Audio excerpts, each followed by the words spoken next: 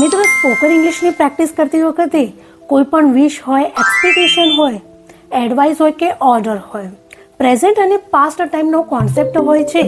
Past ટાઈમનો concept આપણે next શોર્ટ્સમાં જોઈશું, પણ આજે આપણે પ્રેઝન્ટ ટાઈમમાં કોઈ પણ ગોલ અચીવ કરવો છે, એવી કોઈ વિશ કે એક્સપેક્ટેશન હોય, તારે કે મારે આ કામ કરવું જોઈએ કે ના કરવું જોઈએ એવી એડવાઇસ હોય કે પછી તારે એને પૂછવું જ જોઈએ એવો ઓર્ડર હોય, ત્યારે મિત્રો શુડ કાં તો મસ્ટની સાથે વર્બની ફર્સ્ટ ફોર્મ યુઝ કરીને સેન્ટેન્સને ઇઝીલીથી સ્પીકિંગમાં યુઝ કરી શકો છો.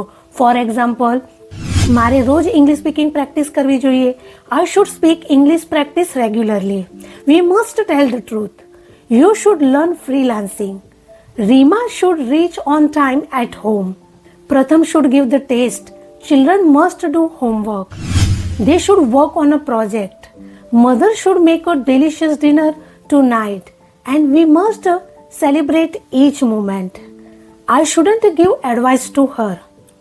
તો આજનો કોન્સેપ્ટની પ્રેક્ટિસ કરવાથી શું કામ કરવું જોઈએ કે ના કરવું જોઈએ કે પછી પૂછવું જ જોઈએ, એને સ્પોકન ઇંગ્લિશની પ્રેક્ટિસ થ્રુ તમે તમારા કોન્ફિડન્સ લેવલને બૂસ્ટ કરી શકો છો.